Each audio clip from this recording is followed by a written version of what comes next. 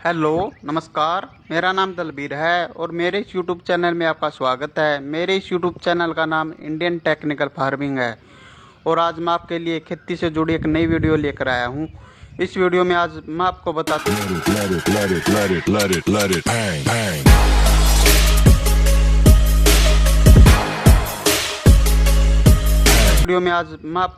हूँ कि मूंग की वैज्ञानिक खेती कब और कैसे करें, वह बिजाई के समय कौन कौन सी सावधानी रखें जिससे कि बीज का अंकुरण 100% तक हो, जिससे कि हमें कम खर्च व कम समय में ज़्यादा से ज़्यादा फसल की पैदावार प्राप्त हो, जिससे कि हमें एक अच्छी इनकम प्राप्त हो। इस वीडियो में मूंग की बुआई से लेकर कटाई तक व भंडारण तक सभी जानकारी दी जाएगी। इस वीडियो को अंत तक जरूर देखें ताकि आपको खेती से जुड़ी सभी जानकारी प्राप्त हो। अगर आप चैनल पर नए हो तो इस वीडियो को लाइक, शेयर, कमेंट व इंडियन टेक्निकल फार्मिंग चैनल को सब्सक्राइब जरूर करना ताकि अन्य किसानों को खेती से जुड़ी सभी जानकारी प्राप्त हो और आने वाली वीडियो की नोटिफिकेशन आपको मिलती रहे। चलिए वीडियो को स्टार्ट करते हैं। आज हम बात करते हैं मूंगी। मूंग एक दलहनी फसल है। मूंग दलहन फसलों में काफ़ी अहम मानी जाती है। इसकी दाल को छिलके के साथ और बिना छिलके के साथ खाया जाता है। मूंग की दाल के अंदर 25% प्रोटीन और 60% कार्बोहाइड्रेट पाया जाता है। इस कारण ये मनुष्य के लिए बहुत उपयुक्त होती है। मूंग की दाल का रंग हरा होता है। इसकी फलियों को कच्चे रूप में भी खाया जाता है, लेकिन पकने के बाद इसे कई तरह से खाने में इस्तेमाल किया जाता है।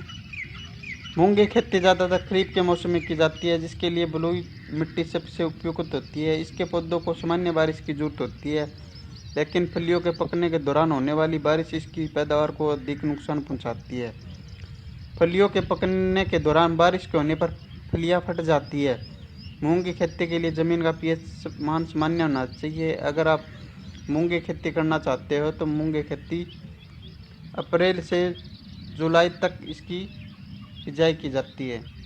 मूंग एक दलहनी फसल है जो भूमि पर फैलकर चलती है, जिससे यह भूमि को ढकने का कार्य करती है और जिससे मध्याकर्षण पर भी नियंत्रित होता है। यह एक दलहनी फसल होने के कारण वायुमंडल की नाइट्रोजन को एकत्रित करने का कार्य करती है, जिससे भूमि की उर्वरता शक्ति भी बढ़ जाती है। मूंग की दाल में पाए जाने वाले प्रोटीन उत्तम गुणों वाले होते हैं। इसके दानों का उपयोग दाल के रूप में तथा आटे के रूप में विभिन्न व्यंजनों को बनाने में किया जाता है। मूंग के पौधों को पशुओं के लिए हरे चारे के रूप में भी प्रयोग किया जाता है। इसके हरे पौधों को भूमि में दबाकर हरी खाद भी बनाई जाती है। प्रतिदिन के भोजन में छिलका युक्त तथा छिलका रहित मूंग की दाल का प्रयोग स्वस्थ व रोगी मनुष्य बहुतायत में करते हैं। मूंग की छिलका रहित दाल का प्रयोग नमकीन, चाट व मिठाइयाँ बनाने में किया जाता है। मूंग की हरी फलियों का प्रयोग सब्जियों के रूप में भी किया जाता है। मूंग एक दलहन वर्ग की फसल होने के कारण वायुमंडल से 30 से 40 किलोग्राम नाइट्रोजन भूमि में मिलाती है। मूंग की दाल में उत्तम गुणों वाली लगभग 25% प्रोटीन भी पाई जाती है। मूंग के पौधों में गुणसूत्रों की संख्या 2n = 24 होती है। मूंग का पौधा एक वर्षीय एवं शाकाहारी होता है। मूंग के पौधे की ऊंचाई 80 से 100 सेंटीमीटर तक होती है। इसके पौधे सीधे व ऊंचे बढ़ने वाले होते हैं। इसके पौधों की जड़ों में ग्रंथियां पाई जाती है जो वायुमंडल की नाइट्रोजन को शीतल करने का कार्य करती है। मूंग की खेती वर्षाकालीन, बसंतकालीन व ग्रीष्मकालीन तीनों मौसम में की जाती है। भारत में मूंग की खेती के लिए इन तीनों मौसमों के लिए अनुकूल है। दक्षिण भारत में मूंग की खेती रबी के मौसम में की जाती है। मूंग की फसल RMG 62 इस मूंग की उन्नत किस्म के पौधे मध्यम ऊंचाई वाले सिद्ध होते हैं। झुलसा रोग रोधी यह किस्म खरीफ व जायद दोनों ऋतुओं में ली जा सकती है। फसल एक समय में पककर तैयार हो जाती है। अब हम बात करते हैं मूंग की खेती कटाई से भंडारण तक स्टेप्स। नंबर 1, मूंग की खेती के लिए उपयुक्त समय। नंबर 2, मूंग की खेती के लिए खेत का चुनाव। नंबर 3, मूंग की खेती के लिए मिट्टी की जांच। नंबर 4, मूंग की खेती के लिए पानी की जांच। नंबर 5, मूंग की खेती के लिए भूमि। नंबर 6, मूंग की खेती के लिए जलवायु। नंबर 7, मूंग की खेती के लिए खेत की तैयारी। नंबर 8, मूंग की खेती के लिए फसल पद्धति या फसल चक्र। नंबर 9, मूंग की खेती के लिए बीज का चुनाव। बीज की उन्नत किस्में। मूंग की खेती में खाद का उपयोग। नंबर 16, मूंग की खेती में जल का प्रबंधन। नंबर 17, मूंग की खेती में कीट व रोग का प्रबंधन। नंबर 17, मूंग की खेती में मोनो असाटाप, कॉपर ऑक्सीक्लोराइड इत्यादि का स्प्रे। नंबर 18, मूंग की खेती में सुंडी की रोकथाम। और 19 मूंग की खेती में फूलों के बढ़ाने के लिए टॉनिक। नंबर 20 मूंग की खेती में फूलों को झड़ने की रोकथाम के लिए उपयुक्त टॉनिक। नंबर 20 मूंग की कटाई, फिर मूंग की कटाई, फिर उस मूंग का भंडारण। ये मुख्य स्टेप है जो मूंग की खेती में उपयोग किए जाते हैं। फसल लगभग 60 से 65 या 70 दिनों में तैयार हो जाती है। ये मूंग की वैरायटी पर निर्भर करता है कि आप कौन सी वैरायटी किस समय लगा रहे हो। अब हम बात करते हैं मूंग की बिजाई के लिए उपयुक्त समय। मूंग की बिजाई का उपयुक्त समय अप्रैल व मई महीना होता है। बाजार में मूंग की बहुत सी वैरायटियाँ उपलब्ध होती है। ग्रीष्मकालीन मूंग की जातियों की बुआई अप्रैल या मई माह में ही की जा सकती है। यदि बसंत के मौसम में खेत बुआई के लिए उपलब्ध है तो मूंग की फसल की बुआई से पूर्व खेत बुआएंगे तो मूंग की फसल की बुआई फरवरी के अंतिम सप्ताह में कर देनी चाहिए। मूंग की बुआई का सही समय। बसंतकालीन मूंग की फसल की बुआई फरवरी के अंतिम सप्ताह में की जाती है, जबकि ग्रीष्मकालीन फसल अप्रैल माह में ही बोई जाती है। वर्षाधारित क्षेत्रों में यह जून व जुलाई में भी बुआई की जा सकती है। अब हम बात करते हैं मूंग की खेती के लिए खेत का चुनाव। इसके बाद हम मूंग की बिजाई के लिए कम खेत का चुनाव करते हैं। अगर पहले उस खेत में सरसों की बिजाई की थी तो सरसों के फन्नों को रोटावेटर की सहायता से 1-2 बार अच्छी तरह से जुताई कर दे ताकि सरसों के फन्ने अच्छी तरह से मिट्टी में मिल जाए। फिर आप एरो की सहायता से 1-2 बार अच्छी तरह से जुताई कर दे। फिर आप लेजर लेवलर की सहायता से खेत को समतल कर दे ताकि खेत की सिंचाई अच्छी तरीके से हो जाए। मूंग की खेती आप सिंचित तथा असिंचित क्षेत्रों में की जा सकती है। अब हम बात करते हैं मूंग की खेती के लिए मिट्टी की जांच। सबसे पहले अपने खेत की मिट्टी की जांच करवा ले, जिससे हमें यह पता चल जाता है कि मिट्टी में किन किन पोषक तत्वों की कमी है और खेत की मिट्टी किन किन फसलों के लिए उपयुक्त है और इस मिट्टी में कौन कौन सी फसलें उगाई जा सकती है, जैसे गेहूँ, चना, अरहर, सरसों, राया, बरसीन, गन्ना, आलू, मक्का, बाजरा, कपास। मिट्टी की जांच से हमें यह पता चल जाता है कि इसका पीएच मान कितना है। मूंग में संपूर्ण खाद बिजाई के समय ही दे। अब हम बात करते हैं मूंग की खेती के लिए पानी की जांच। अगर आप फसल की बिजाई के लिए नहरी पानी का इस्तेमाल करते हैं तो यह सभी प्रकार की फसलों के लिए अच्छा है और इसमें बीज का अंकुरण 100% तक हो जाता है। अगर आप वर्षा के पानी से फसल की बिजाई करते हैं तो यह सभी प्रकार की फसलों के लिए अच्छा और इसमें बीज का अंकुरण 100% तक हो जाता है। अगर आप ट्यूबवेल के पानी से फसलों की बिजाई करते हैं तो आप इस ट्यूबवेल के पानी की जांच करवा लें। अगर ट्यूबवेल का पानी पीने में मीठा है तो इसमें पानी का पीपीएम ज़्यादा हो सकता है और बीज अंकुरण के समय यह एक समस्या बन जाती है। अगर पानी का पीपीएम 1000 से कम है और तो यह सभी प्रकार की फसलों के लिए अच्छा है और इसमें बीज का अंकुरण 100% तक हो जाता है। अगर पानी का पीपीएम 1000 से ज़्यादा है तो इसमें बीज का अंकुरण सही तरीके से नहीं हो पाता है, इसलिए पानी की जांच करवाना बहुत ज़रूरी है। अगर आप मूंग की फसल की ट्यूबवेल के पानी से सिंचाई करते हैं तो उसके ट्यूबवेल के पानी की जांच करवाना बहुत ज़रूरी है, क्योंकि इसका पैदावार पर भी असर पड़ता है, इसलिए आप ट्यूबवेल के पानी की जांच करवाइए। मूंग की खेती के लिए उपयुक्त भूमि। मूंग की फसल के लिए दोमट मिट्टी सबसे उपयुक्त मानी जाती है। बलुई, दोमट व मटियार दोमट भूमियों में मूंग की फसल उगाई जा सकती है। भूमि में जल निकास की उत्तम व्यवस्था होना आवश्यक है। मूंग की खेती के लिए पीएच 7 से 7.5 हो तो इसके लिए उत्तम है। मूंग की खेती के लिए जलवायु। मूंग के लिए नम व गर्म जलवायु की आवश्यकता होती है। इसकी खेती वर्षा ऋतु में भी की जा सकती है। इसकी वृद्धि एवं विकास के लिए 25 से 32 डिग्री तापमान अनुकूल पाया गया है। मूंग के लिए 75 से 90 सेंटीमीटर वार्षिक वर्षा वाले क्षेत्र उपयुक्त पाए गए हैं। पकने के समय साफ मौसम तथा 60% आर्द्रता होना चाहिए। पकाव के समय अधिक वर्षा हानिप्रद होती है। मूंग की खेती के लिए खेत की तैयारी या भूमि की तैयारी। खरीफ की फसल हेतु गहरी जुताई मिट्टी पलटने वाले हल से करनी चाहिए एवं वर्षा प्रारंभ होते ही 2-3 बार देसी हल या कल्टीवेटर से जुताई कर खरपतवार रहित करने के उपरांत खेत में पट्टा लगाकर समतल करें। दीमक से बचाव के लिए क्लोरीफायर्स 1.5% चूर्ण या 20 से 25 किलोग्राम पर हेक्टेयर के मान से खेत की तैयारी के समय मिट्टी में मिलाना चाहिए। ग्रीष्मकालीन मूंग की खेती के लिए पूर्वी फसलों के कटने के तुरंत बाद खेत की तुरंत जुताई कर 5 से 6 दिन तक छोड़कर पलेवा करना चाहिए। पलेवा के बाद 2 से 3 जुताई देसी हल या कल्टीवेटर से पाटा लगाकर खेत को समतल व भुरभुरा बनाए। इससे उसमें नमी संरक्षित हो जाती है एवं बीजों का अंकुरण अच्छी तरीके से हो जाता है। बुआई का समय। खरीफ मूंग की बुआई का उपयुक्त समय जून के अंतिम सप्ताह से जुलाई का प्रथम सप्ताह है एवं ग्रीष्मकालीन फसल को 15 मार्च तक बुआई कर देनी चाहिए। बुआई में विलंब होने पर फूल आते समय तापमान वृद्धि के कारण फलियां कम बनती है अथवा बनती ही नहीं है, जिससे उसकी उपज काफ़ी प्रभावित होती है। मूंग की खेती के लिए फसल पद्धति या फसल चक्कर। मूंग की अच्छी पैदावार प्राप्त करने के लिए मूंग की खेती में फसल चक्कर अपनाना बेहद जरूरी होता है। वर्षा आधारित खेती के लिए मूंग, बाजरा और सिंचित क्षेत्रों में मूंग, गेहूं, जीरी, सरसों फसल चक्कर अपनाना चाहिए। सिंचित क्षेत्रों में मूंग की जायद में फसल लेने के लिए धान, गेहूं फसल चक्कर उपयुक्त फसल के रूप में पाई गई है। फसल चक्कर एक ऐसी प्रणाली है जिसमें फसलों को इस क्रम में बोया जाता है जिससे कि मृदा की उर्वरता शक्ति बनी रहे। किसी भी खेत में फसल को अदल बदल कर बोना फसल चक्कर कहलाता है। ऐसा करने से मृदा की उर्वरता शक्ति बनी रहती है और पैदावार अच्छी होती है। किसी खेत से एक निश्चित समय में उसकी मृदा उर्वरता को बनाए रखते हुए उगाई जाने वाली फसलों के क्रम को फसल चक्कर कहते हैं। किसी क्षेत्र की भूमि, जलवायु व अन्य वातावरणीय कारकों के आधार पर विभिन्न फसल चक्कर अपनाए जाते हैं। एक अच्छे फसल चक्र को अपनाकर किसान अपनी भूमि से अधिक आर्थिक लाभ कमा सकता है। फसल चक्कर। 1 वर्षीय फसल चक्कर मक्का, गेहूँ। 2 वर्षीय फसल चक्कर ज्वार, बरसीन, धान, चना। फसल चक्कर के प्रकार।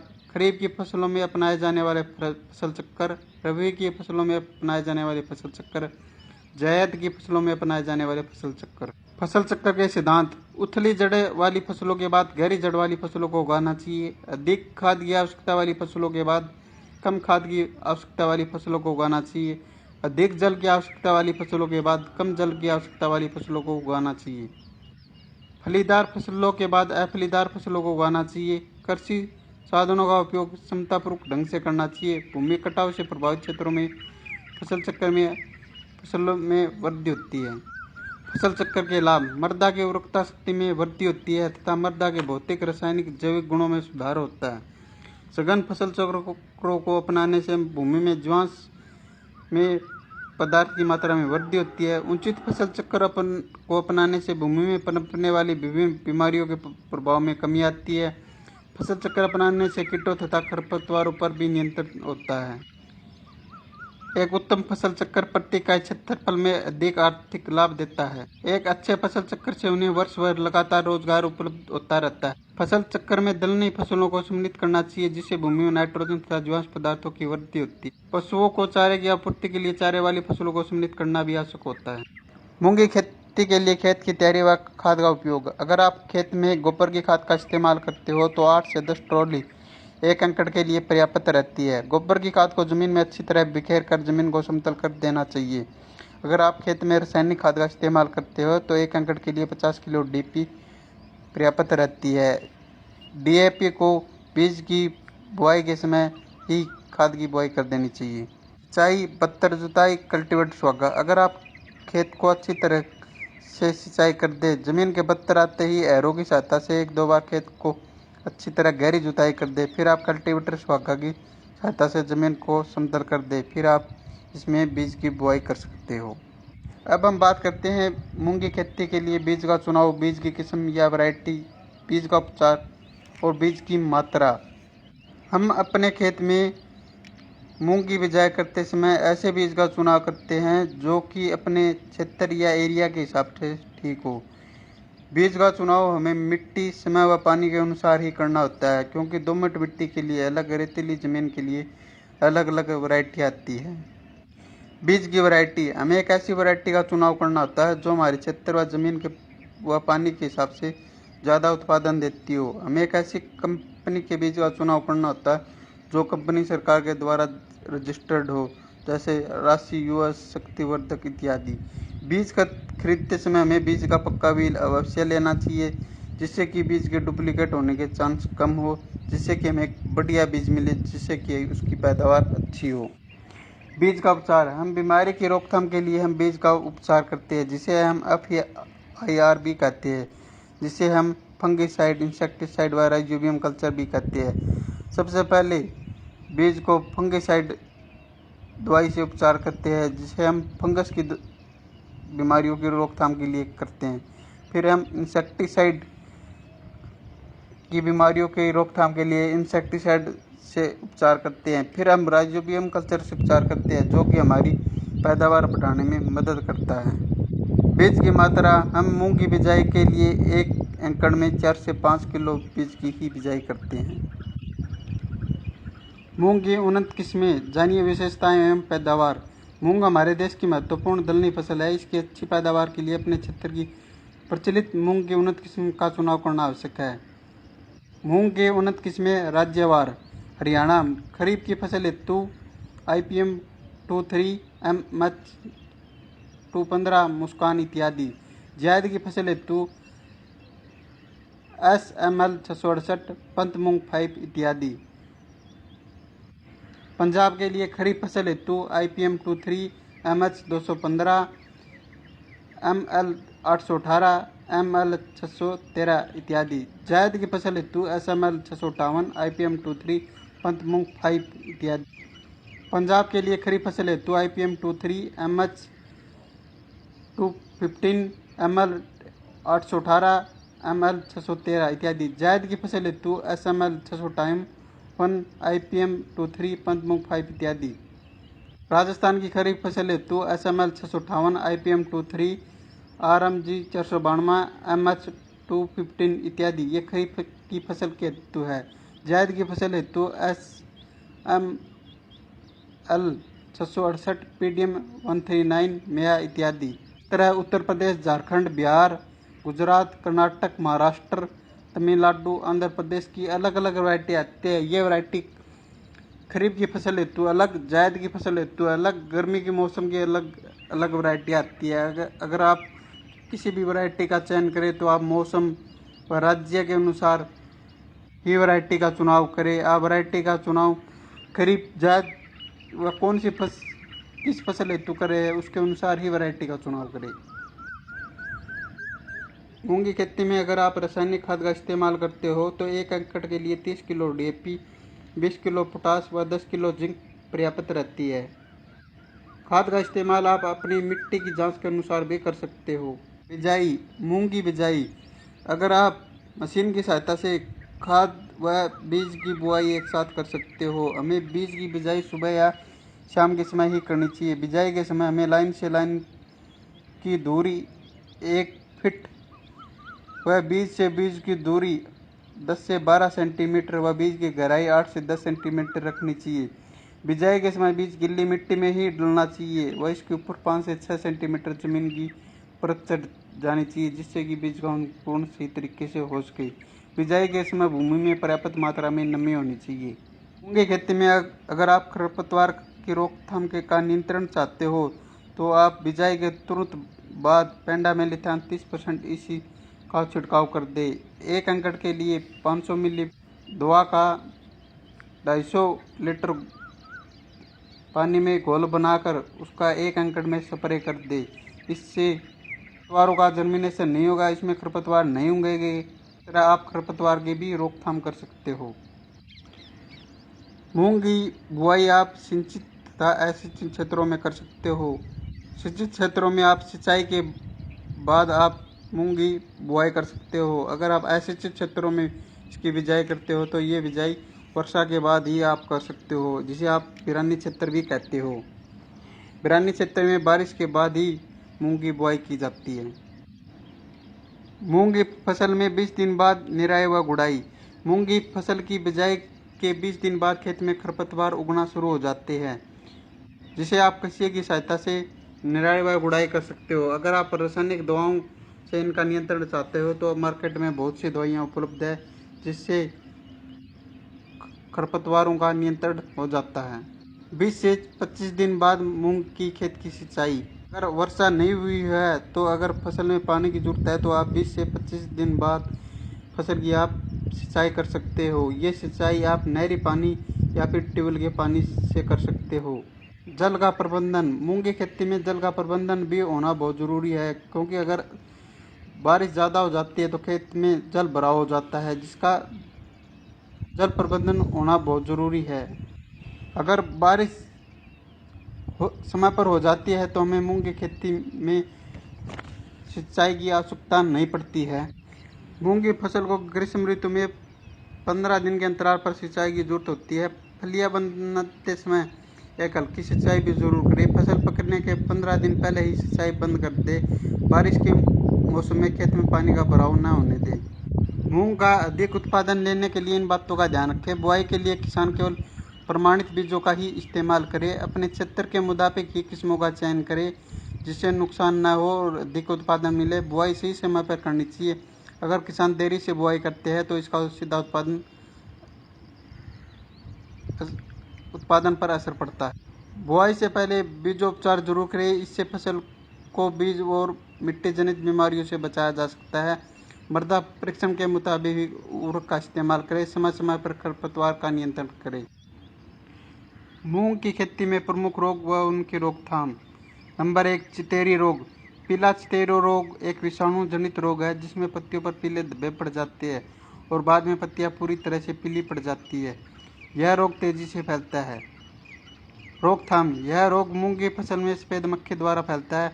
ऐसे में इसकी रोकथाम के लिए खेत में आवश्यकता अनुसार ऑक्सीडेमेटान मिथाइल या डायमेथोड को पानी में घोलकर छिड़क दें। पत्ती रोग। इस रोग में पत्तों पर झुर्रियाँ सी आ जाती है। यह भी एक विषाणु जनित रोग है। इसमें पत्तियां अधिक मोटी और खुरदरी दिखाई देने लगती है। रोकथाम। किसान इस रोग के नियंत्रण के लिए फसल से रोगग्रस्त पौधों को उखाड़ कर जला दे। इसके साथ ही किसान कीटनाशक का भी छिड़काव कर सकते हैं। सरोक्सपोरा पत्तर बूंद की रोग। यह मूंग की फसल में लगने वाला एक खास रोग है। इसके प्रकोप से पैदावार में काफ़ी नुकसान होता है। इसमें पत्तियों पर भूरे गहरे रंग के धब्बे दिखाई देते हैं। रोकथाम। किसान फसल को इस रोग से बचाने के लिए बुआई से पहले कैप्टन या थीरियम कवकनाशी से बीज को जरूर उपचारित करें। चूर्णी फफूंद रोग। इस रोग में पौधों की निचली पत्तियों पर गहरे धब्बे पड़ जाते हैं और बाद में पत्तों पर छोटे छोटे सफ़ेद बिंदु दिखाई देने लगती है और बाद में ये छोटे सफ़ेद बिंदु बड़े सफ़ेद धब्बे बन जाते हैं। आपको बता दें कि यह रोग गर्म या शुष्क वातावरण में तेजी से फैलता है। रोकथाम। किसान इस रोग के प्रकोप से पौधों को बचाने के लिए घुलनशील गंधक का इस्तेमाल करें। रोग का प्रकोप ज़्यादा होने पर आवश्यकता अनुसार कार्बेंडाजियम या कैरोथेन को पानी में घोलकर छिड़क दें। पर्ण संकुचन रोग। इस रोग में पत्तियों का विकास रुक जाता है। पत्तियों में पोषक तत्वों की कमी आ जाती है। नित्यजातन मूंग की उपज में कमी आ जाती है। यह भी एक विषाणु रोग है। रोकथाम। किसान इस फसल को बचाने के लिए बीजों को इमिडाक्लोप्रिड से उपचारित करें और इसके बाद ही बुआई करें। साथ ही बुआई के लगभग 15 दिन बाद कीटनाशक का छिड़काव कर दें। पीला मैजक रोग। मोजेक रोग में पत्तियां सिकुड़ने लगती है, उनके ऊपर फफोले पड़ने लगते हैं। ऐसे में पौधों का विकास भी रुक जाता है। मूंग की फसल में लगने वाले प्रमुख कीट व इनकी रोकथाम। नंबर 1, थ्रिप्स या रस चूसक कीट। रस चूसक कीट या थ्रिप्स कहलाने वाले कीट मूंग के पौधों का रस चूसकर उन्हें नुकसान पहुंचाते हैं। इसके प्रकोप से पौधे पीले कमज़ोर हो जाते हैं और उनमें विकार भी आ जाता है। रोकथाम।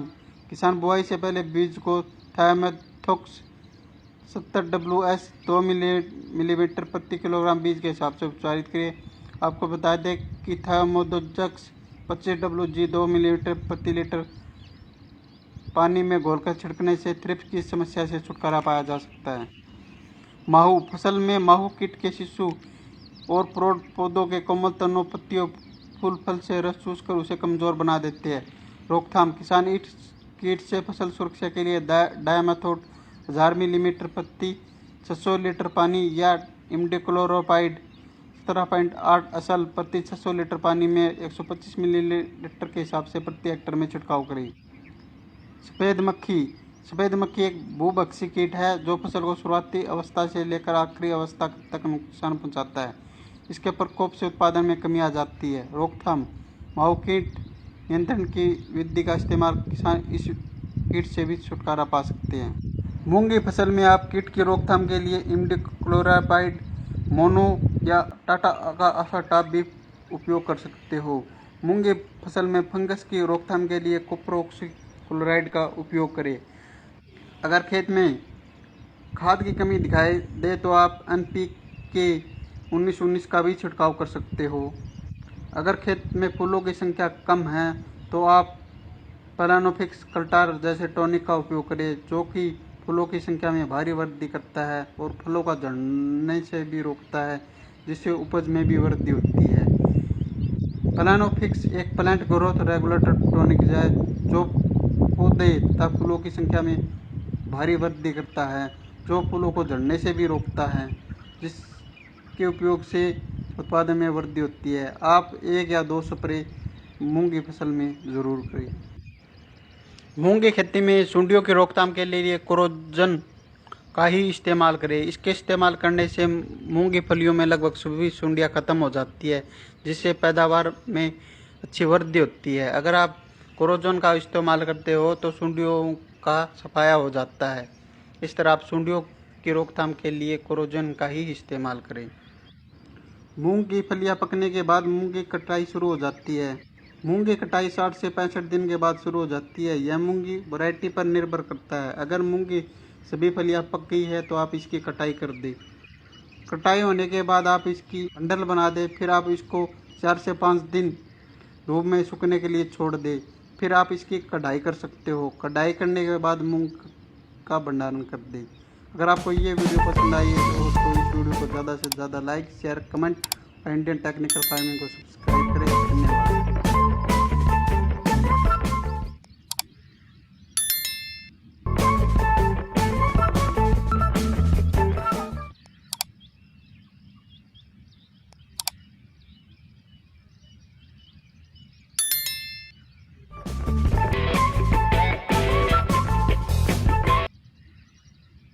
बीज का उपचार व बीज की